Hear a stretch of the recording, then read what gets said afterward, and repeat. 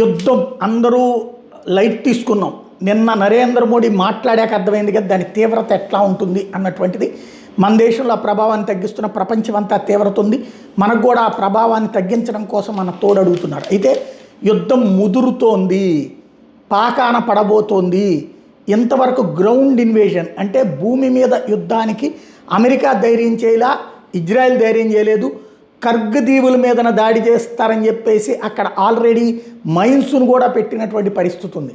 ఇట్లాంటి సందర్భంలో ఇరాన్లో భూమి మీద దాడి చేసే ధైర్యం గాజాలో చేసినట్టుగానో లెబనాన్లో చేసినట్టుగానో చేసే ధైర్యం ఇజ్రాయెల్ చేయలేకపోతుంది, అమెరికా చేయలేకపోతుంది. ఎందుకంటే వేలాది మంది సైన్యం చచ్చిపోతారు. ఇప్పటికే రష్యా ఉక్రెయిన్ యుద్ధంలో లక్షలాది మంది ప్రాణాలు కోల్పోయారు గ్రౌండ్ ఇన్వేజన్లో. ఎందుకంటే రష్యాకి సంబంధించినటువంటి భూములు, ఇదే ఉక్రెయిన్కి సంబంధించినటువంటి భూముల్ని రష్యా ఆక్రమించుకోవడం, ఆ సందర్భంగా అనేక మంది ప్రాణాలు కోల్పోయారు. ఆ తర్వాత తిరిగి స్వాధీనం చేసుకునే క్రమంలో ఉక్రెయిన్ వాళ్ళు లక్షలాది మంది చచ్చిపోయారు. అలాంటి ఒక దారుణమైన పరిస్థితి ఇక్కడ కూడా వస్తుంది గ్రౌండ్ ఇన్వేజన్. ఇంకా గ్రౌండ్ ఇన్వేజన్లో ఇరాన్కి చాలా స్ట్రాంగ్ ఉంటుంది. ఎందుకంటే వాడికి మొత్తం తెలుస్తుంది భూమి అంతా కూడా, వీళ్ళకేం తెలవదు. అక్కడ చావులు ఎక్కువ అవుతాయి. అమెరికా వాళ్ళు చచ్చిపోతారు, ఇజ్రాయెల్ వాళ్ళు చచ్చిపోతారు. అందుకే ధైర్యం చేయట్లేదు. ఇరాన్ని ఓ పక్కన హార్ముజ్ జలసంధిని దిగ్బంధించిన ఇరాన్ని దిగ్బంధించి కంట్రోల్ చేస్తోంది. అయితే ఇప్పుడు ఇరాన్కి తన ఆయిల్ దాచుకోదగినంత వరకు ఇప్పుడు దాచుకుంది.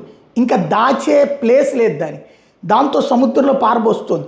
ఇది ఓ పక్కన తవ్వుతున్నందుకు నష్టం, పారపోస్తున్నందుకు నష్టం, ప్లస్ ఆ దేశానికి సరుకు రవాణా రాక తీవ్ర సంక్షోభంలో పడే పరిస్థితి తలెత్తింది. ఆర్థికంగా తీవ్ర దిగ్బంధం అయిపోయింది. దాన్ని కవర్ చేయడానికి అని చెప్పేసి ఇప్పుడు ఇక ప్రత్యక్ష యుద్ధం అమెరికాలో కానీ ఇజ్రాయెల్లో కానీ దిగట్లేదు, కానీ తన చుట్టూ ఉన్నటువంటి గల్ఫ్ దేశాలలోకి ఎంటర్ అవుతోంది. కువైట్లోకి ఇరాన్ సైన్యం ఎంటర్ అయింది. బుచియాన్ ప్రాంతంలోకి బబియాన్ ప్రాంతంలోకి ఎంటర్ అయ్యింది. ఈ విషయాన్ని కువైట్ కూడా ధృవీకరించింది. ఇక క్రమంగా దుబాయ్ వీటిట్లో కూడా ఎంటర్ అవుతుందా చూడాలి.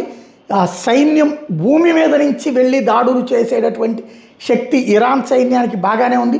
సుదీర్ఘ అనుభవం ఉంది వాళ్ళకి. దానికి తోడు ఇప్పుడు మత పిచ్చతో రగులుతున్నారు.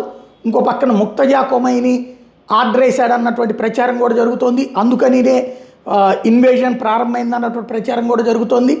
ఇప్పుడు గల్ఫ్ దేశాలలోకి భూమి మీద ఎంటర్ అయ్యి దాడులు చేయడానికి సిద్ధపడటం అంటే ఇప్పుడు ఆయా దేశాల ఆక్రమణ.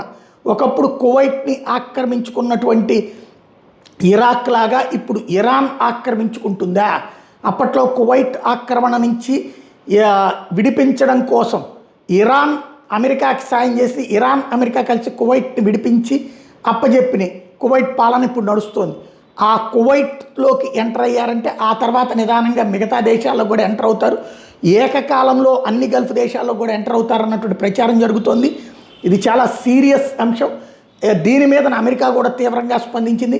అమెరికా అధ్యక్షుడు ట్రంప్ తక్షణం ఈ ఇన్వేజన్ అంటే చొరబాటు ఆపకపోతే కనుక ఇరాన్ భూభాగం మీదకి మేము చొరబడతాం, ఇరాన్ భూభాగాన్ని మేము స్వాధీనం చేసుకుంటాం అని హెచ్చరించడంతో యుద్ధం ముదిరి పాకాన పడుతోంది. ఇప్పుడు వాళ్ళని అలా వదిలేసే సీన్ ఉండదు.